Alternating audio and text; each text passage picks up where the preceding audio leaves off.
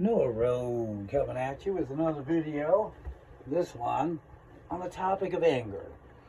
This has been a reoccurring topic for me lately because as of late, and I'm not exactly sure why, perhaps this is what I'm ready for, but I have discovered so much about anger. It's almost as if every day I'm getting downloaded information about what it is and how to deal with it and how to ultimately peaceably resolve it. It's being downloaded into me like a program from heaven. In the process, I'm learning a little bit more about it every day. And I'm pretty stoked about it. Because anger is a very, very big issue with most people. And there's obviously a sliding scale of levels of anger and the types of people who are angry. There is different sources of of anger in people. Some people have abandonment issues. Some people have been abused. Some people are like targeted individuals, or at least they feel that way. Some people had narcissistic parents or siblings, or it could be a lot of things, a lot of issues going on in the past that is the original source of how all of this anger started. There's also genetic factors, predispositions. I know that much because I can identify when my anger is triggered, and especially when I'm looking in the past before I had any control over it. I recognize some of my father in it, and I can clearly see that there is genetic associations immediately that come up with my father. I have a brother who has similar anger issues. We could definitely relate. I can draw an association genetically, and trace it back not only to my father, but who knows who. It goes back. It's not like my father's fault and he's the beginning of all of this. It goes back. It's genetic predispositions. That is not an excuse. It is a factor in dealing with it. But the real way to deal with anger comes from the knowledge of what it is, the knowledge of what is going on and how to relate to it, proactively relate to what's going on. Generally, the people will find therapeutic techniques to use when they feel the anger being triggered. They proactively and consciously say, oh, the anger is triggering. So they say, previously, they usually try to think things through in some sort of a therapy session, whether it's all by themselves and they're just watching a YouTube video or they're reading a book of self-improvement and so forth, and they'll say, anger is really bad for my health. And then they'll say, what is the payoff of anger? There's really not much of a payoff. It's all loss. And so they start psychologically analyzing the effects of anger. Generally, it's bad for your health. There's no real payoff. It's all loss. There's no gain. That's true. So then they will go through techniques. They'll count to 10, find a safe place, try to imagine a camera, a mirror, try to imagine somebody that you wouldn't want to disappoint watching you get angry. What would Jesus do? Whatever. There's a lot of different techniques that they can learn about how to cap anger off and sort of white knuckle it in order to survive this event of anger as it is triggered by an outside force. So these are perhaps good temporarily, these therapeutic techniques that people learn, and whether it's a personal private session that they have with a book or a YouTube video, or else if it's a legitimate session. But for long-term survival of anger, at best you're just capping it all off and the anger is still kind of there. And the reason for this is because these techniques do not really shed light on what's really going on. divides the person up into two parts, if you will. First, it externalizes, this is my anger. They take it in thought before they're angry. Obviously, when you're in therapy, whether it's by yourself, watching a YouTube video, reading a self-help book, etc., whether it's one of those situations, they will externalize themselves and break this up into two parts, themselves into two parts. This is my anger. This is one part, and they're externalizing it so they can objectively look at it.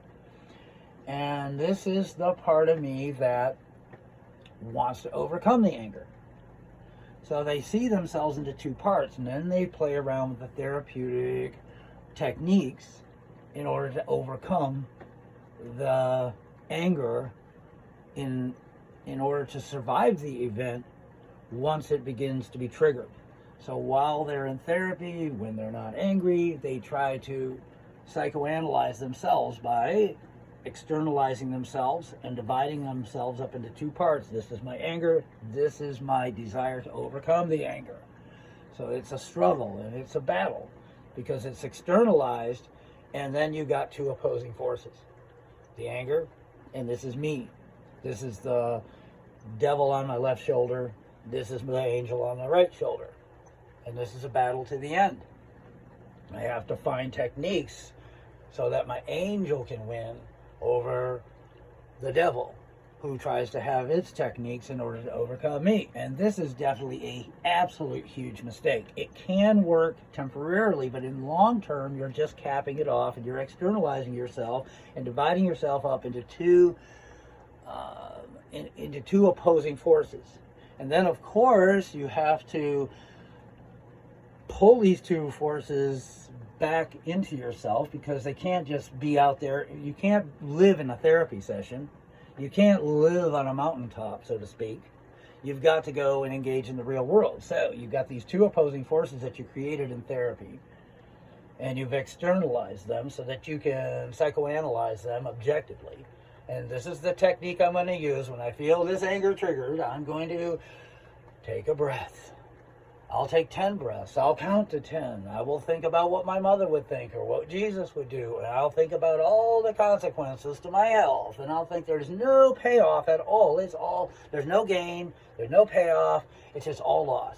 And they think about these objectively while looking at the anger objectively as they externalize themselves and break themselves up into two parts in order to create these two opposing forces. Now then when they leave the objective therapy that they're engaging in, and they have to leave the therapy, they have to go to work, they have to walk around in the real world and make a living and so forth.